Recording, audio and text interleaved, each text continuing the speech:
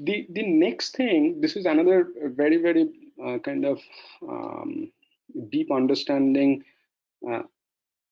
which is very helpful, and I had absolutely no clue of this, and many of the things which I'm talking about, these are kind of directly stolen from lots of people, and the good thing is I at least tried to apply those in my life. Some of those I tried, failed, some of those worked, and most of it would be stolen from various places. So one of the things is emotion means what? Emotion means call to action. So you may think like, okay, I'm super stressed, and I'm feeling this pain or this anger or this sorrow, whatever it is. But if you look at the meaning of each of these emotions has a meaning, and there is an evolutionary reason for these emotions. Like for example, pain. We obviously don't like pain, but it is super important to understand how critical role, or what kind of critical role pain played in the evolution of our of the humankind. So there are some diseases where people don't feel pain. I think leprosy is one of those.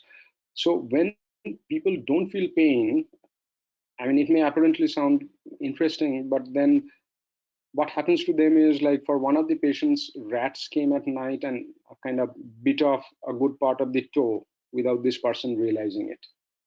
Sometimes people don't realize that something very heavy fell on their feet and damaged their leg or whatever. So pain is very important. Pain means that you need to take some action.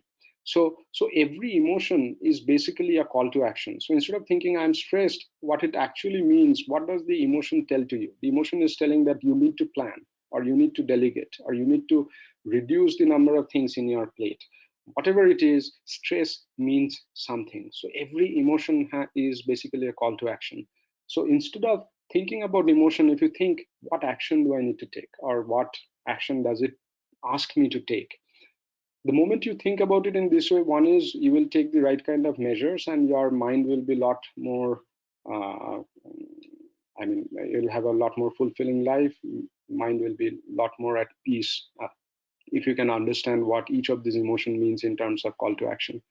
Pain is another. So I went through this experience of, I tried to design my own apartment.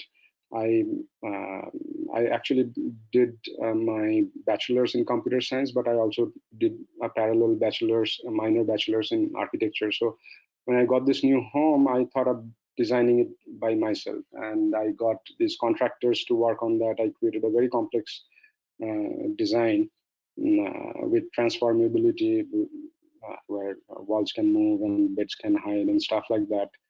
And then I got this contractor, and this guy completely messed it up.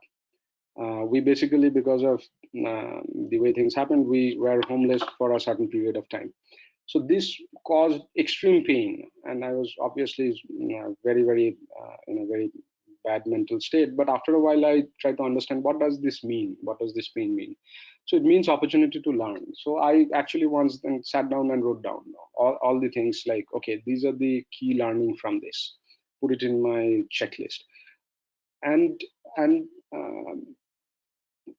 any pain that you look at, if you see, like, it will always be the case that there will be something to learn. So if you look at pain as an opportunity to learn and avoid that in future, then all of a sudden the intensity of that gets decreased. So considering every emotion as a call to action, understanding that and taking the right action is another element.